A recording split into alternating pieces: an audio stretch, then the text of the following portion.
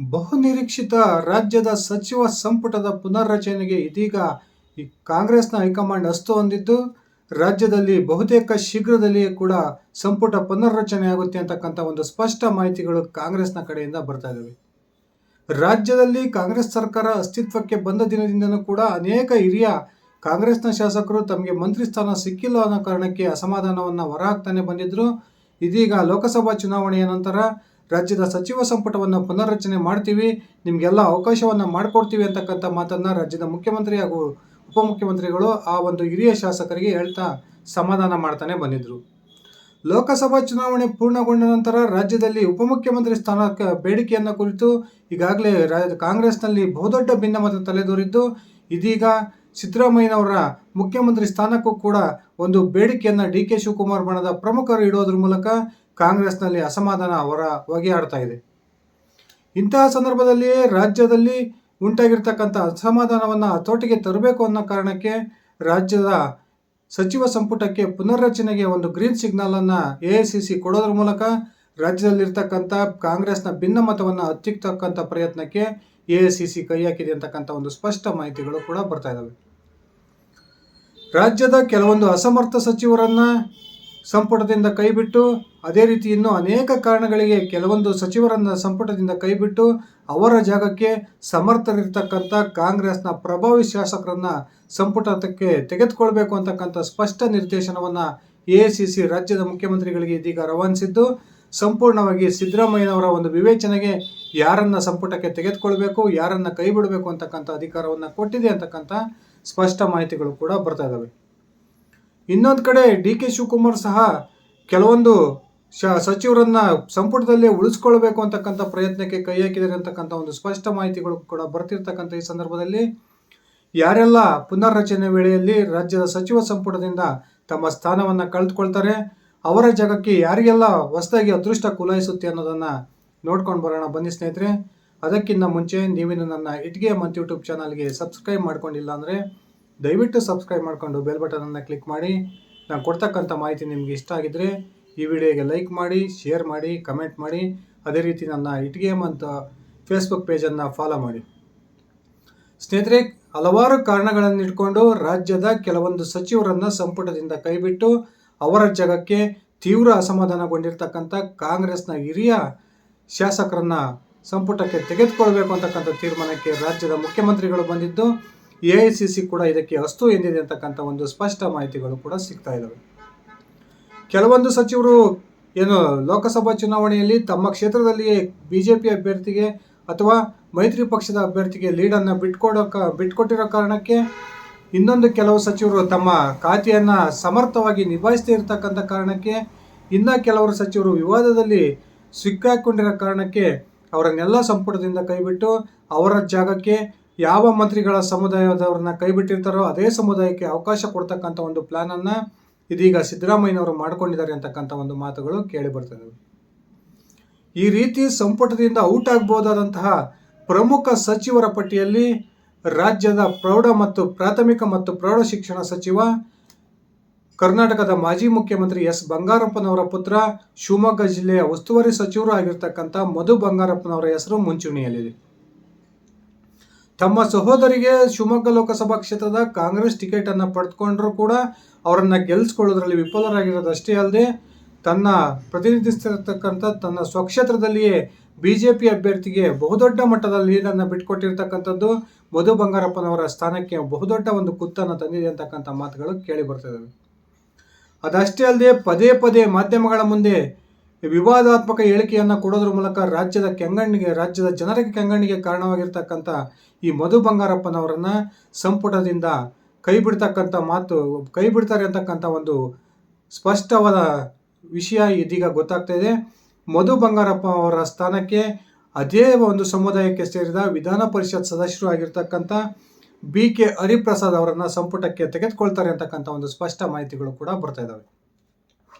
ಈಗಾಗಲೇ ಬಿ.ಕೆ. ಹರಿಪ್ರಸಾದ್ ಗಾಂಧಿ ಕುಟುಂಬದೊಂದಿಗೆ ಅತ್ಯುತ್ತಮ ಸಂಬಂಧವನ್ನು ಹೊಂದಿದ್ದು, ಹೈಕಮಾಂಡ್ ಕೋಟಾದಡಿಯಲ್ಲಿ ಹಾಗೂ ಈಡಿಗ ಸಮುದಾಯದ ಕೋಟಾದಡಿಯಲ್ಲಿ ಬಿ.ಕೆ. ಹರಿಪ್ರಸಾದ್ ಅವರು ಈ ಬಾರಿ ರಾಜ್ಯದ ಮಂತ್ರಿ ಆಗ್ತಾರೆ ಅಂತಕ್ಕಂಥ ಒಂದು ಸ್ಪಷ್ಟ ಮಾಹಿತಿಗಳು ಸಿಗ್ತಾ ಇದ್ದಾವೆ. ಇನ್ನು ಬೆಂಗಳೂರು ಸೆಂಟ್ರಲ್ ಕ್ಷೇತ್ರದ ಕಾಂಗ್ರೆಸ್ನ ಅಭ್ಯರ್ಥಿಯಾಗಿದ್ದಂತಹ ಮನ್ಸೂರ್ ಅಲಿ ಖಾನ್ ಅವರ ಸೋಲಿಗೆ ಪ್ರಮುಖ ಕಾರಣ ಎಂದೇ ಬಿಂಬಿತವಾಗಿರ್ತಕ್ಕಂಥ ದಿನೇಶ್ ಗುಂಡೂರಾವ್ ಅವರನ್ನು ಕೂಡ ಸಚಿವ ಸಂಪುಟದಿಂದ ಕೈ ಬಿಡ್ತಾರೆ ಅಂತಕ್ಕಂಥ ಸ್ಪಷ್ಟ ಸುಳಿವುಗಳು ಕೂಡ ಸಿಗ್ತಾ ಇದ್ದಾವೆ. ಒಂದು ರೀತಿಯಲ್ಲಿ ದಿನೇಶ್ ಗುಂಡೂರಾವ್ ಮತ್ತು ಬೆಂಗಳೂರು ಸೆಂಟ್ರಲ್ನ ಸಂಸದ PC ಮೋಹನ್ ನಡುವೆ ಪ್ರತಿ ಸಾರಿಯೂ ಕೂಡ ಅಡ್ಜಸ್ಟ್ಮೆಂಟ್ ರಾಜಕಾರಣ ನಡೆಯುತ್ತೆ. ಲೋಕಸಭಾ ಚುನಾವಣೆಯ ಸಂದರ್ಭದಲ್ಲಿ ದಿನೇಶ್ ಗುಂಡೂರಾವ್ PC ಮೋಹನ್ ಅವರಿಗೆ ಸಹಕಾರವನ್ನು ಕೊಡ್ತಾರೆ.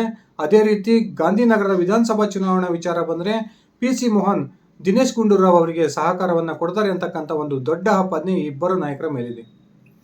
ಆ ಕಾರಣಕ್ಕೆ ದಿನೇಶ್ ಗುಂಡೂರಾವ್ ಅವರನ್ನು ಸಂಪುಟದಿಂದ ಕೈಬಿಟ್ಟು ಅದೇ ಬ್ರಾಹ್ಮಣ ಸಮುದಾಯಕ್ಕೆ ಸೇರಿದ ಹಳಿಯಾಳ ವಿಧಾನಸಭಾ ಕ್ಷೇತ್ರದಿಂದ ಸತತ 8 ಬಾರಿ ಗೆಲ್ತಾ ಬರ್ತಿರ್ತಕ್ಕಂಥ ಹಿರಿಯ ಶಾಸಕ RV ದೇಶಪಾಂಡೆ ಅವರಿಗೆ ಈ ಬಾರಿ ಸಚಿವ ಸಂಪುಟದಲ್ಲಿ ಅವಕಾಶ ಸಿಗುತ್ತೆ ಅಂತಕ್ಕಂಥ ಒಂದು ಸ್ಪಷ್ಟ ಸುಳಿವುಗಳು ಕೂಡ ಸಿಗ್ತಾ ಇದ್ದಾವೆ. ಇನ್ನು ಮಂಡ್ಯ ಲೋಕಸಭಾ ಕ್ಷೇತ್ರಕ್ಕೆ ಸಂಬಂಧಪಟ್ಟಂತೆ ನಾನು ಈ ಬಾರಿ ಸ್ಟಾರ್ ಚಂದ್ರು ಏನಾದರೂ ಸೋತ್ರೆ ನಾನು ನನ್ನ ಸಚಿವ ಸ್ಥಾನಕ್ಕೆ ರಾಜೀನಾಮೆಯನ್ನು ಕೊಡ್ತೀನಿ ಅಂತಕ್ಕಂಥ ಘೋಷಣೆಯನ್ನು ಮಾಡಿದ್ದಂತಹ ಚಲುವರಾಯಸ್ವಾಮಿ ಅವರನ್ನು ಕೂಡ ಬಹುತೇಕ ಸಚಿವ ಸಂಪುಟದಿಂದ ಕೈ ಬಿಡ್ತಕ್ಕಂಥ ಒಂದು ಸಾಧ್ಯತೆಗಳು ನಿಚ್ಚಳವಾಗಿದ್ದಾವೆ ಅಂತಕ್ಕಂಥ ಮಾತುಗಳು ಕೇಳಿಬರ್ತವೆ. ಹಠಕ್ಕೆ ಬಿದ್ದು ತನ್ನ ಪರಮಾಪ್ತನಾಗಿದ್ದಂತಹ ಸ್ಟಾರ್ ಚಂದ್ರು ಅವರಿಗೆ ಲೋಕಸಭಾ ಕ್ಷೇತ್ರದ ಟಿಕೆಟನ್ನು ಪಡ್ಕೊಂಡಂತಹ ಚಲುವರಾಯಸ್ವಾಮಿ ತಮ್ಮದೇ ಸ್ವಕ್ಷೇತ್ರವಾಗಿರ್ತಕ್ಕಂಥ ನಾಗಮಂಗಲದಲ್ಲಿ ಮೈತ್ರಿ ಪಕ್ಷದ ಅಭ್ಯರ್ಥಿಗೆ ಲೀಡನ್ನು ಬಿಟ್ಕೊಟ್ಟಿರೋ ಕಾರಣಕ್ಕೆ ಬಹುತೇಕ ಚಲುವರಾಯಸ್ವಾಮಿ ಅವರನ್ನು ಸಂಪುಟದಿಂದ ಕೈಬಿಟ್ಟು ಅವರ ಸ್ಥಾನಕ್ಕೆ ಈಗಾಗಲೇ ಹಿಂದೆ ಮಂಡ್ಯ ಜಿಲ್ಲೆಯ ಉಸ್ತುವಾರಿ ಸಚಿವರಾಗಿದ್ದಂತಹ ಮಾಜಿ ವಸತಿ ಸಚಿವರು ಆಗಿರ್ತಕ್ಕಂಥ ಲೇಔಟ್ ಕೃಷ್ಣಪ್ಪನವರಿಗೆ ಈ ಬಾರಿ ಸಚಿವ ಸಂಪುಟದಲ್ಲಿ ಅವಕಾಶವನ್ನು ಮಾಡಿಕೊಡುತ್ತೆ ಅಂತಕ್ಕಂಥ ಮಾತುಗಳು ಕೇಳಿಬರ್ತಾ ಇದ್ದಾವೆ. ಲೇಔಟ್ ಕೃಷ್ಣಪ್ಪನವರ ಮನೆಯಲ್ಲಿ ಇಬ್ಬರು ಶಾಸಕರಿದ್ದರೂ ಕೂಡ ಅವರಿಗೆ ಈ ಬಾರಿ ಅವಕಾಶ ಸಿಕ್ಕಿರಲಿಲ್ಲ. ಈ ಹಿಂದೆ ನಿಗಮ ಮಂಡಳಿ ಅಧ್ಯಕ್ಷ ಸ್ಥಾನವನ್ನು ಘೋಷಣೆ ಮಾಡ್ತಕ್ಕಂಥ ಸಂದರ್ಭದಲ್ಲಿ BDA ನಿಗಮದ ಒಂದು ಅಧ್ಯಕ್ಷ ಸ್ಥಾನವನ್ನು ಕೃಷ್ಣಪ್ಪನವರಿಗೆ ಕೊಟ್ಟಿದ್ರು ಕೂಡ ಆ ಸ್ಥಾನವನ್ನು ಕೃಷ್ಣಪ್ಪನವರು ತಿರಸ್ಕರಿಸಿದ್ರು. ನನಗೆ ಕೊಡೋದಾದರೆ ಮಂತ್ರಿ ಸ್ಥಾನವನ್ನು ಕೊಡಿ, ಇಲ್ಲಾಂದರೆ ನಾನು ಯಾವುದೇ ನಿಗಮ ಮಂಡಳಿ ಅಧ್ಯಕ್ಷ ಸ್ಥಾನವನ್ನು ಒಪ್ಕೊಳ್ಳಲ್ಲ ಅಂತಕ್ಕಂಥ ಹೇಳಿಕೆಯನ್ನು ಕೊಟ್ಟಿದ್ದರು. ಆ ಕಾರಣಕ್ಕೆ ಚಲುವರಾಯಸ್ವಾಮಿ ಅವರ ಬದಲಾಗಿ ಈ ಬಾರಿ ಲೇಔಟ್ ಕೃಷ್ಣಪ್ಪನವರನ್ನು ಸಚಿವ ಸಂಪುಟಕ್ಕೆ ತೆಗೆದುಕೊಂಡು ಅವರನ್ನು ಮಂಡ್ಯ ಜಿಲ್ಲೆಯ ಉಸ್ತುವಾರಿ ಸಚಿವರನ್ನಾಗಿ ನೇಮಕ ಮಾಡ್ತಾರೆ ಅಂತಕ್ಕಂಥ ಒಂದು ಸ್ಪಷ್ಟ ಸುಳಿವುಗಳು ಕೂಡ ಸಿಗ್ತಾ ಇದ್ದಾವೆ. ಇನ್ನು ಇಡೀ ಕರ್ನಾಟಕ ರಾಜ್ಯದಲ್ಲಿ ಲೋಕಸಭಾ ಚುನಾವಣೆಯ ವೇಳೆಯಲ್ಲಿ ಕಾಂಗ್ರೆಸ್ ಶಾಸಕರಿರ್ತಕ್ಕಂಥ ಕ್ಷೇತ್ರದಲ್ಲಿ ಅತ್ಯಂತ ಹೆಚ್ಚು ಅವರ ವಿರೋಧ ಪಕ್ಷಕ್ಕೆ ಮತ ಹೋಗಿದ್ದಂಥದ್ದು ಬೆಳಗಾವಿ ಗ್ರಾಮೀಣ ವಿಧಾನಸಭಾ ಕ್ಷೇತ್ರ ವ್ಯಾಪ್ತಿಯಲ್ಲಿ. ಸರ್ಕಾರದ ಪ್ರಭಾವಿ ಸಚಿವೆ ಲಕ್ಷ್ಮೀ ಹೆಬ್ಬಾಳ್ಕರ್ ತನ್ನ ಪುತ್ರನಿಗೆ ಬೆಳಗಾವಿ ಟಿಕೆಟನ್ನು ಪಡೆದುಕೊಂಡಿದ್ರು ಸಹ ಈ ಲಕ್ಷ್ಮೀ ಹೆಬ್ಬಾಳ್ಕರ್ ಪ್ರತಿನಿಧಿಸ್ತಾ ಇರತಕ್ಕಂಥ ಬೆಳಗಾವಿ ಗ್ರಾಮೀಣ ವಿಧಾನಸಭಾ ಕ್ಷೇತ್ರ ವ್ಯಾಪ್ತಿಯಲ್ಲಿ BJP ಅಭ್ಯರ್ಥಿ ಜಗದೀಶ್ ಶೆಟ್ಟರ್ ಅವರಿಗೆ ಸರಿಸುಮಾರು 52,000ಗಳಷ್ಟು ಅಧಿಕ ಮತಗಳು ಬಂದಿದ್ದು ಇದೀಗ ಲಕ್ಷ್ಮೀ ಹೆಬ್ಬಾಳ್ಕರ್ ಅವರ ಒಂದು ಸ್ಥಾನಕ್ಕೆ ಕುತ್ತು ಬಂದಿದೆ ಅಂತಕ್ಕಂಥ ಮಾತುಗಳು ಕೂಡ ಕೇಳಿ ಬರ್ತಾ ಇದ್ದಾವೆ. ಆ ಲಕ್ಷ್ಮೀ ಹೆಬ್ಬಾಳ್ಕರ್ ಅವರ ಬದಲಾಗಿ ನೇಕಾರ ಸಮುದಾಯಕ್ಕೆ ಸೇರಿದ ಈಗಾಗಲೇ ಒಂದು ಬಾರಿ ರಾಜ್ಯದ ಮಂತ್ರಿಯಾಗಿ ಮಹಿಳಾ ಮತ್ತು ಮಕ್ಕಳ ಕಲ್ಯಾಣ ಇಲಾಖೆಯನ್ನು ಅತ್ಯಂತ ಯಶಸ್ವಿಯಾಗಿ ನಿಭಾಯಿಸಿದ್ದಂತಹ MLCಯೂ ಆಗಿರ್ತಕ್ಕಂಥ ಶ್ರೀಮತಿ ಉಮಾಶ್ರೀ ಅವರಿಗೆ ಈ ಬಾರಿ ಸಚಿವ ಸಂಪುಟದಲ್ಲಿ ಅವಕಾಶ ಸಿಗುತ್ತೆ ಅಂತಕ್ಕಂಥ ಒಂದು ಮಾಹಿತಿಗಳು ಕೂಡ ಸಿಗ್ತಾ ಇದ್ದಾವೆ. ಇನ್ನು ತನ್ನ ಪುತ್ರಿಗೆ ಟಿಕೆಟನ್ನು ಪಡೆದುಕೊಂಡು ಅವರನ್ನು ಗೆಲ್ಲಿಸಿಕೊಳ್ಳುವಲ್ಲಿ ವಿಫಲರಾಗಿರ್ತಕ್ಕಂಥ ಶಿವಾನಂದ್ ಪಾಟೀಲ್ ಅವರನ್ನು ಕೂಡ ಸಂಪುಟದಿಂದ ಕೈಬಿಟ್ಟು ಅವರ ಜಾಗಕ್ಕೆ ಅಥಣಿ ಸಾವ್ಕಾರ್ ಇತ್ತೀಚೆಗಷ್ಟೇ ಕಾಂಗ್ರೆಸ್ಸನ್ನು ಸೇರ್ಪಡೆಯಾಗಿದ್ದಂತಹ ಲಕ್ಷ್ಮಣ್ ಸವದಿ ಅವರಿಗೆ ಈ ಒಂದು ಸಂಪುಟದಲ್ಲಿ ಅವಕಾಶವನ್ನು ಮಾಡಿಕೊಡುತ್ತೆ ಅಂತಕ್ಕಂಥ ಮಾತುಗಳು ಸ್ಪಷ್ಟವಾಗಿ ಕೇಳಿಬರ್ತಿದೆ. ಈಗಾಗಲೇ ಲಕ್ಷ್ಮಣ್ ಸವದಿ ಅವರು ರಾಜ್ಯದ ಸಚಿವ ಸಂಪುಟಕ್ಕೆ ಸೇರ್ಪಡೆ ಆಗಬೇಕು ಅಂತಕ್ಕಂಥ ತೀವ್ರ ಪ್ರಯತ್ನದಲ್ಲಿ ತೊಡಗಿರ್ತಕ್ಕಂಥದ್ದು ಈಗ ಅವರಿಗೆ ಒಂದು ಅದೃಷ್ಟ ಕುಲಾಯಿಸ್ತಕ್ಕಂಥ ಸಾಧ್ಯತೆಗಳಿದ್ದಾವೆ ಅಂತಕ್ಕಂಥ ಮಾತುಗಳು ಕೂಡ ಕೇಳಿಬರ್ತದೆ. ಇನ್ನೊಂದು ಕೋಲಾರ ಲೋಕಸಭಾ ಕ್ಷೇತ್ರ ವ್ಯಾಪ್ತಿಯಲ್ಲಿ ಕಾಂಗ್ರೆಸ್ ಅಭ್ಯರ್ಥಿಯ ಸೋಲಿಗೆ ಆಹಾರ ಮತ್ತು ನಾಗರಿಕ ಪೂರೈಕೆ ಸಚಿವ KH ಮುನಿಯಪ್ಪನವರ ಬಣ ರಾಜಕಾರಣವೇ ಕಾರಣ ಅಂತಕ್ಕಂಥ ಒಂದು ಆಪಾದನೆಯನ್ನು ಏನು ಆ ಕೋಲಾರ ವ್ಯಾಪ್ತಿಯ ಕಾಂಗ್ರೆಸ್ ನಾಯಕರು ಮಾಡ್ತಾ ಇದ್ರು.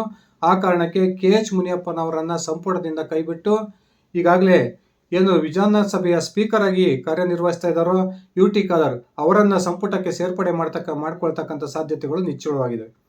UT ಖಾದರ್ ಅವರಿಂದ ತೆರವಾಗ್ತಕ್ಕಂಥ ಸ್ಪೀಕರ್ ಹುದ್ದೆಯನ್ನು ಬಹುತೇಕ KH ಮುನಿಯಪ್ಪನವರಿಗೆ ಕೊಡೋ ಸಾಧ್ಯತೆಗಳಿದ್ದಾವೆ ಅಂತಕ್ಕಂಥ ಮಾತುಗಳು ಕೂಡ ಕೇಳಿ ಬರ್ತವೆ.